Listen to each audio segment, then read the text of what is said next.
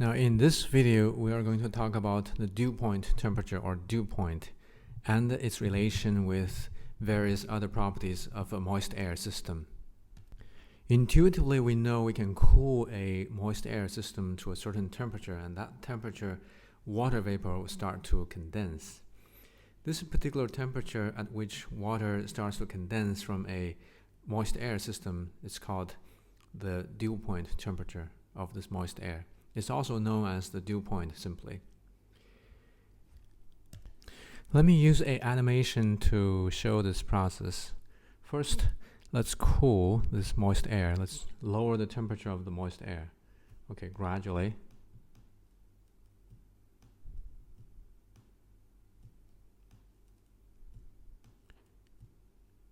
Alright, so suppose this is the point at which the temperature is so low that the water vapor starts to condense. Okay. Let's try my animation. Alright, so that's the first water vapor molecule drops out of the picture, which is condensation. Okay, now the question is when does that condensation starts to happen when you cool a moist air?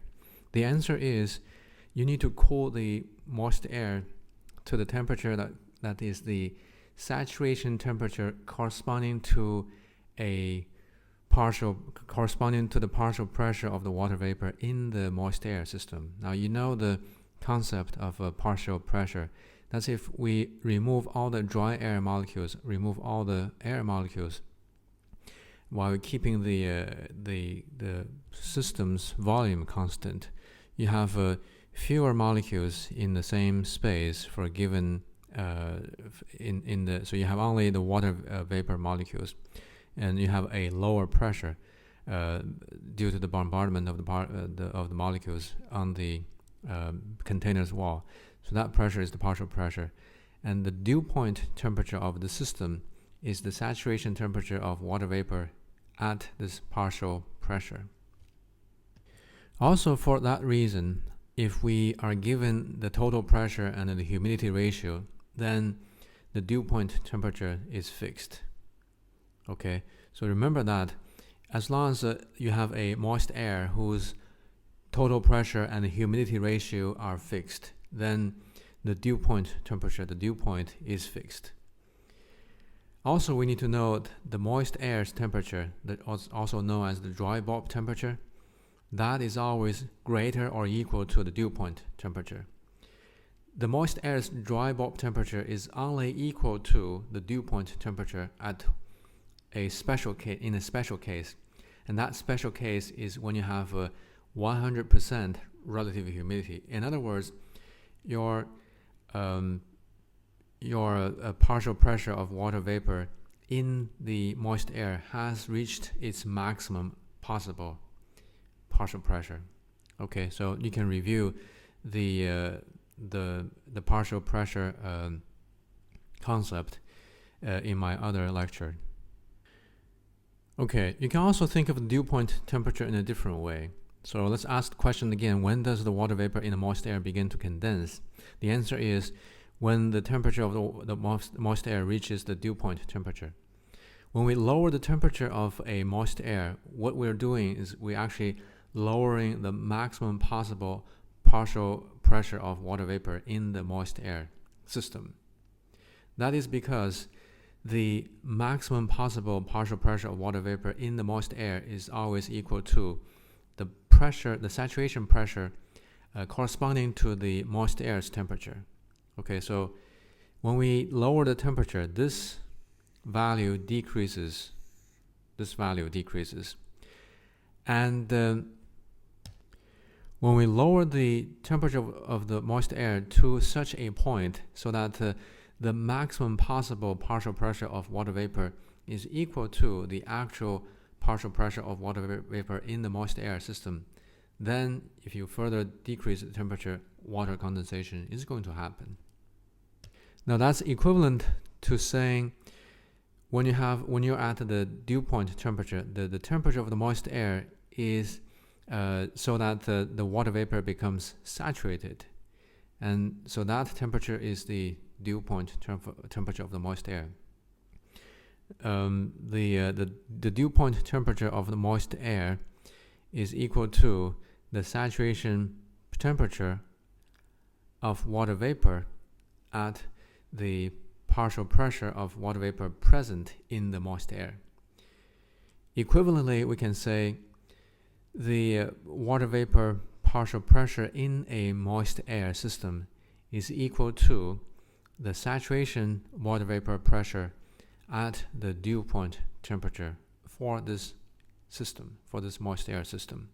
Okay, you may need to take some time to think about these two statements. It may not be so immediately comprehensible to you, but that's fine. Just take some time.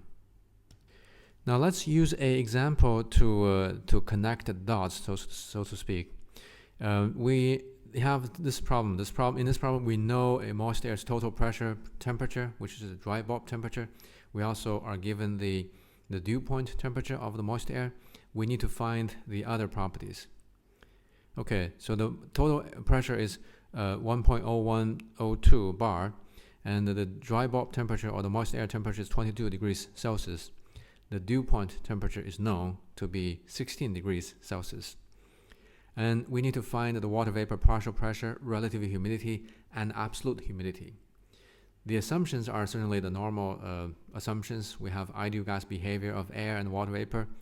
And we also, this is really an added assumption. It's the second one is the maximum possible water vapor partial pressure in a moist air is equal to the saturation water vapor pressure at the given temperature.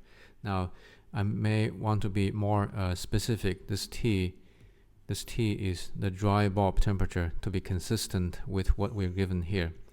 It is the moist air temperature. Okay, first let's find the water vapor partial pressure in this moist air system. Based on the definition of the dew point temperature, we know the water vapor partial pressure in this moist air system should be equal to the saturation water vapor pressure at the dew point temperature. Okay, and dew point temperature is 16 degrees Celsius. So you can go and use a saturated water table and find the saturation pressure corresponding to 16 degrees Celsius. And that is 0.018188 bar. Now we have found the water vapor partial pressure in this moist air system. Let's find the relative humidity.